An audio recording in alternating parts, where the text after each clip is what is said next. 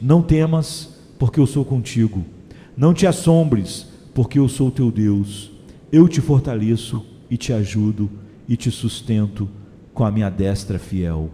Que o Espírito Santo estenda a vocês uma mesa no deserto e que Ele possa dar a vocês o apetite para se alimentar pela fé desses manjares reais, os quais, assim como a comida que Daniel e seus companheiros se alimentaram, os tornarão bem favorecidos diante de Deus e dos homens. Para quem são ditas essas palavras? Pois não devemos tomar da Escritura de Deus mais do que dos tesouros do homem. Não temos mais direito de tomar para nós uma promessa que não nos pertence do que temos de tomar de outros homens suas carteiras. Essas palavras foram evidentemente ditas pelo profeta em nome de Deus para os escolhidos dele, para os eleitos. Leia o verso 8. Mas tu, ó Israel, servo meu, tu, Jacó, a quem elegi, descendente de Abraão, meu amigo.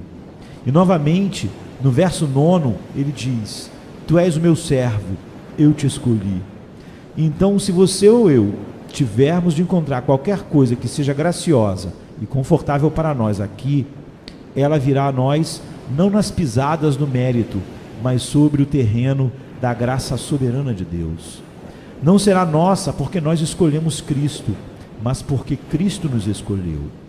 Nosso Pai Celestial tem nos abençoado com todas as bênçãos espirituais, de acordo com a sua escolha por nós em Cristo Jesus, desde antes da fundação do mundo.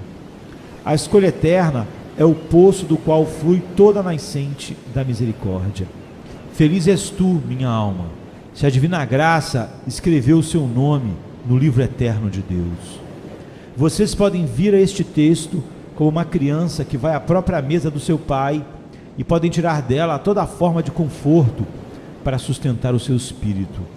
Mas visto que, queridos amigos, eu e vocês não podemos ler a lista secreta do amor eletivo de Deus, nós somos ajudados a julgar se esse texto pertence a nós através de outra descrição.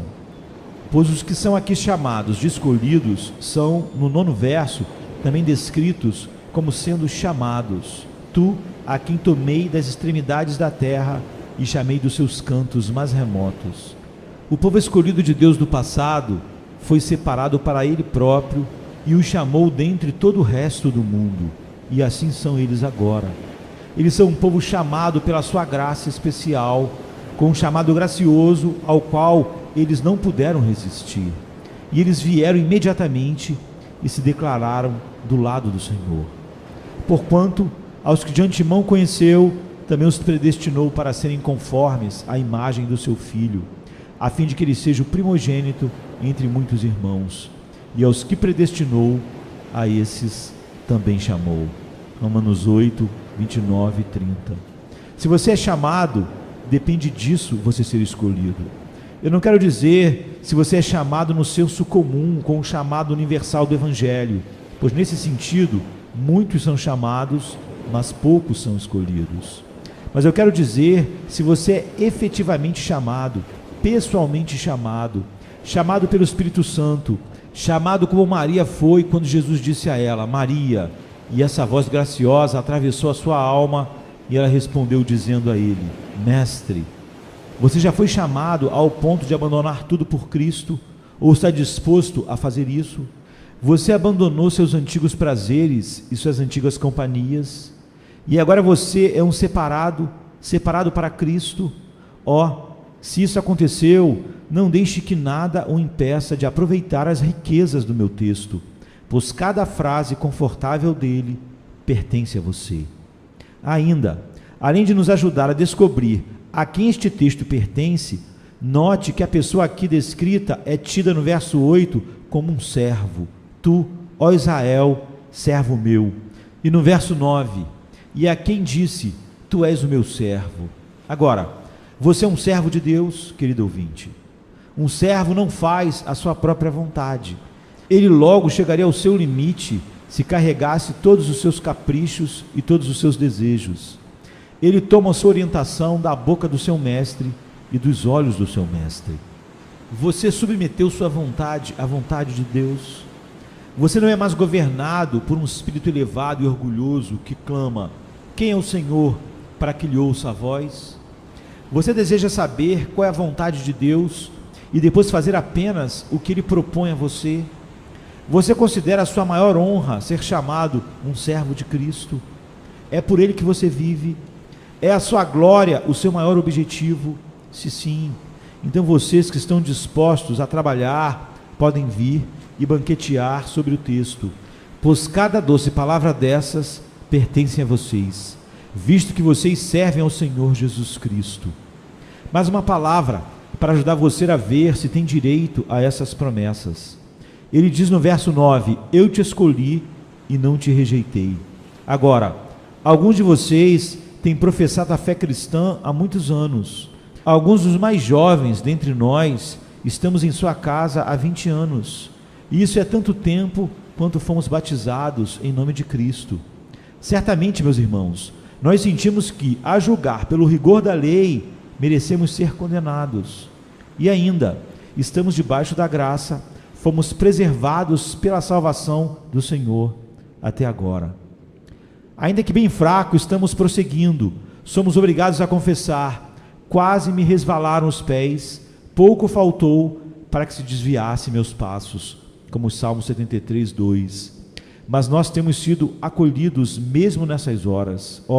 Temos tanto a que ser gratos e muito em que nos regozijarmos, pois a perseverança é uma grande promessa e grande penhor da salvação final. Ao vencedor, a coroa da vida. E a nós, como temos visto até agora, pertencem as promessas do texto. Ele que guardou vocês, meus irmãos e irmãs, até essa hora, propõe agora que vocês venham e olhem para a melhor parte desse armário e tirem suas joias e as usem, pois todas elas são todas suas para lhes cobrir, para que vocês adornem cada vez mais a sua doutrina. Em uma palavra, o texto pertence aos escolhidos de Deus, aqueles que são dele por terem sido separados do mundo, que são distinguidos pelo seu serviço prático a Deus e que permanecem neste serviço. E pela graça de Deus vão continuar nele até o final, pois ele os mantém em seu poder infinito. Nós somos lembrados de uma doença muito comum entre os bons homens: medo e desânimo. Essa doença do medo veio ao coração do homem junto com o pecado. Adão nunca teve medo de Deus até o dia em que desobedeceu o seu mandamento. Quando o Senhor Deus caminhava no jardim na variação do dia, e Adão ouviu seus passos, os passos do Todo-Poderoso, ele apressava-se para entrar em comunhão com Deus, da mesma forma que uma criança querida fala com um pai amoroso. Mas no momento em que ele tocou o fruto proibido, ele correu e se escondeu. E quando Deus disse: onde estás, Adão? Adão foi todo encolhido e trêmulo, pois ele estava com medo de Deus. É o pecado e a consciência do pecado que nos faz a todos covardes. Apesar de ele que nos fez ser um fogo consumidor, e nós devêssemos sempre ter um temor santo dele, o medo que causa a escravidão não teria nunca vindo ao nosso espírito se nós não tivéssemos, antes de tudo, transgredido a sua lei. O pecado é a mãe do medo que nos atormenta. Irmãos, o medo permanece nos homens bons, porque o pecado permanece neles. Se eles tivessem atingido a perfeição do amor, isso expulsaria o medo, pois o medo traz tormento. Mas uma vez que a carne ainda está neles, e os desejos ainda se esforçam para comandar, até o mais santo do povo de Deus fica às vezes aflito com o escárnio do filho da escrava. Ele foi banido, pois ele nunca poderá ser herdeiro com a natureza da livre. Na medida em que a divina graça cresce e aumenta em poder, o medo diminui. E quando o pecado é cortado pela raiz e tem seus ramos tirados, então nem dúvida nem medo irão nos maltratar novamente. Tira-nos dessas casas de barro. De uma vez nos livrará de todo o pecado que nos habita, e nosso espírito irá buscar a Deus como as faíscas procuram o sol. Mas até então, desde que por motivo de fraqueza o pecado prevaleça às vezes, o medo também prevalece, e nós somos tristemente humilhados. O medo, vindo com o pecado, sendo sustentado por ele, logo encontra alimento com o qual vai viver. Deixe que o fiel olhe para dentro de si, e meus irmãos, ele só precisa fazer isso por um momento para encontrar razões abundantes para se ter medo. Ah, diz o medo, enquanto ele olha para dentro do coração ainda propenso a vaguear. Eu não vou seguir o meu caminho. Ah, diz o medo, enquanto ele olha para o pecado, eu vou tropeçar, eu não vou perseverar até o fim. A graça está ali, é verdade, mas o medo cega a melhor natureza e fixa seu olhar somente no corpo dessa morte. Olhar para a velha natureza raramente é uma operação prazerosa, especialmente se esquecermos que ela foi crucificada com Cristo. Eu suponho que, se qualquer um de nós pudesse ver o seu próprio coração da maneira como ele realmente é, ele enlouqueceria. Mas a fé olha para todas as ruínas da queda e acredita que o sangue de Cristo trará a vitória. Ela canta o seu poema de triunfo, mesmo quando a luta está feroz, regozijando-se com o apóstolo: onde abundou o pecado, superabundou a graça, a fim de que, como o pecado reinou pela morte, assim também reinasse a graça pela justiça para a vida eterna, mediante Jesus Cristo, nosso Senhor.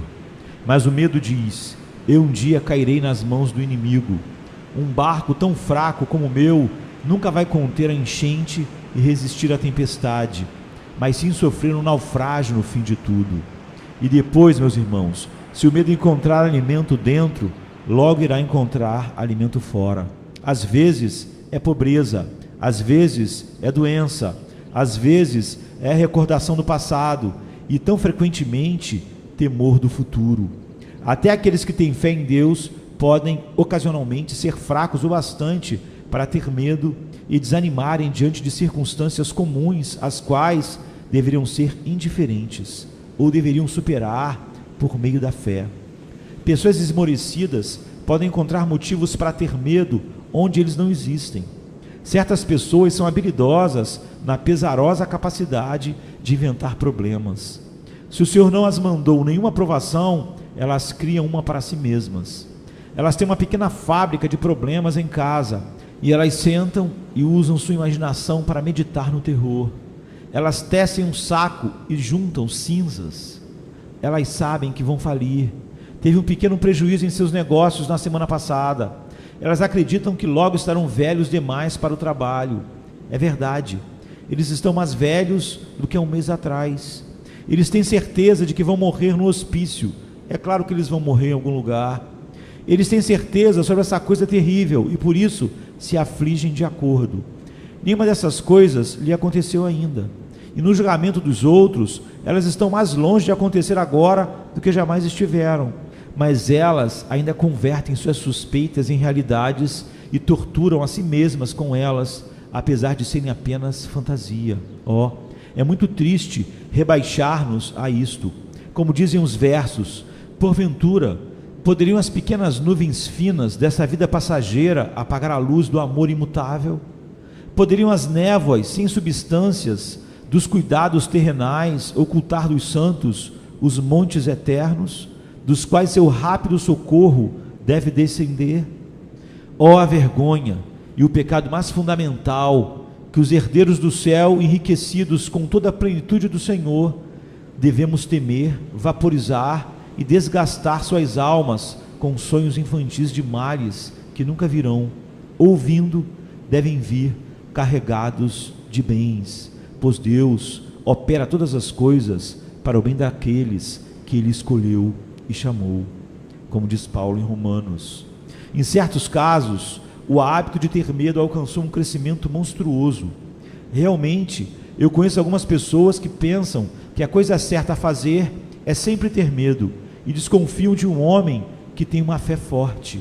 Eles até chamam a certeza presunção e se assombram que alguém possa ter confiança em Deus.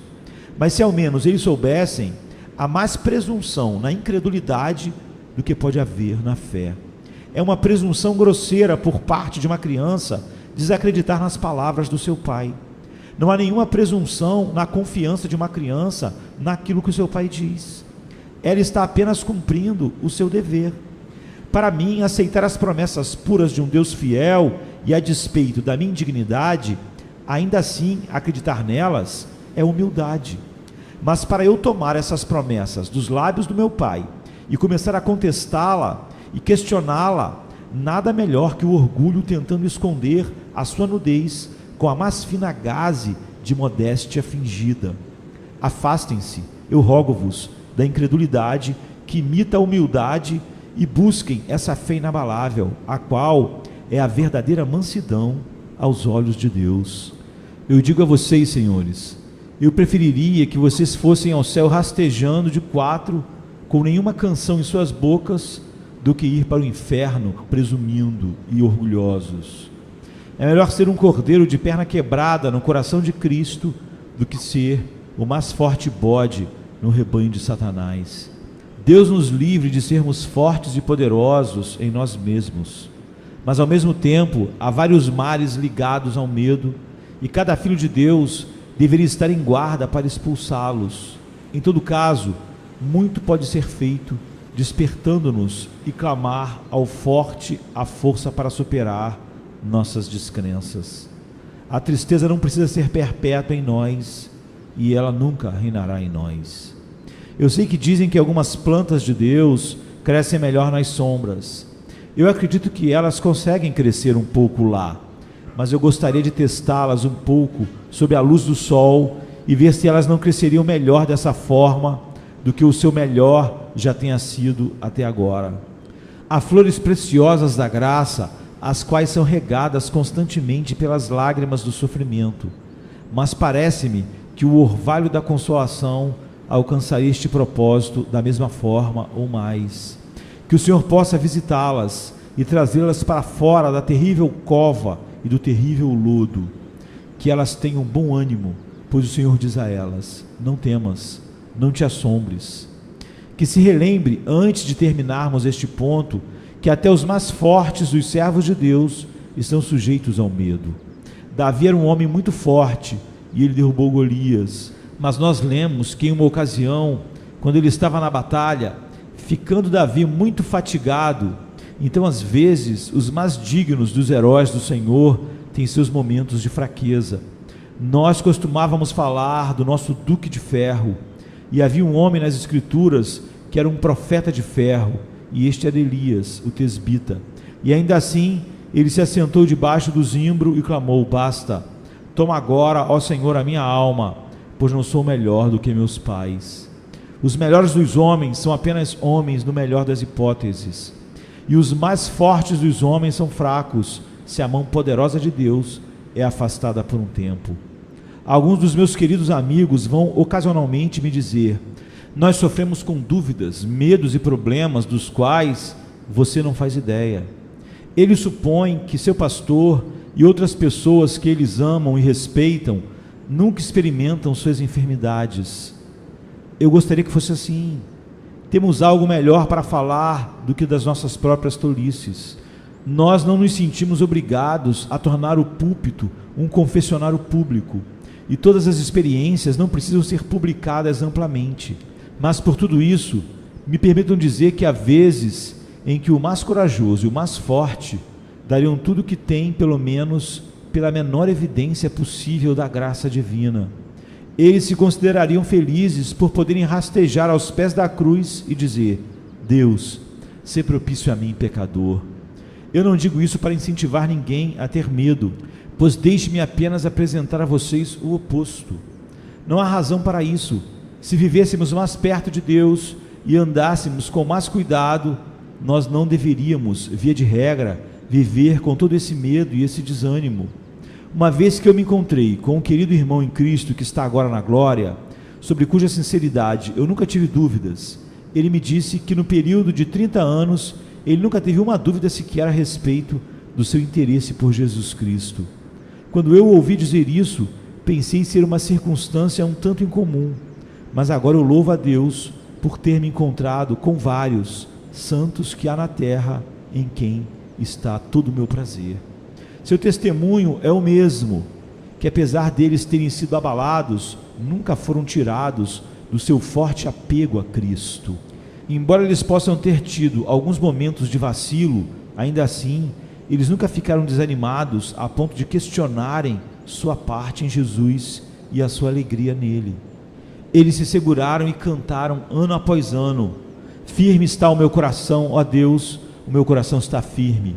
Cantarei e entoarei louvores de toda a minha alma, como disse Davi no Salmo. Eu vejo isso como objeto de ambição de todo crente no Senhor Jesus. Experimente e veja se você não pode livrar sua boca de todas as coisas amargas que o fazem cantar tantas vezes e tão tristemente os famosos versos. É um ponto que eu desejo conhecer. Há uma música muito boa para crianças cristãs, um hino geralmente cantado por questionadores, mas há que vocês possam ir além dessa cantiga juvenil e aprender a cantar músicas mais próprias como esta. Agora eu encontrei o chão onde com certeza a âncora da minha alma pode permanecer. As feridas de Jesus por meu pecado, morto antes da fundação do mundo, cuja misericórdia permanecerá inabalável quando o céu e a terra desaparecerem. Ó amor, seu abismo sem fundo, meus pecados são tragados em ti, coberta é a minha iniquidade. Nenhuma mancha de culpa permanece em mim, enquanto o sangue de Jesus através da terra e dos céus, misericórdia livre e infinita misericórdia, chove de novo e de novo. Com fé eu mergulho neste mar. Aqui está a minha esperança, minha alegria, meu descanso. Mais perto, quando o inferno atacar, eu fugirei. Eu olho para o peito do meu Salvador. Vai embora, triste dúvida, medo ansioso. Misericórdia é tudo que está escrito lá no coração do meu amado. Come to me, you weary one, and I will give you rest.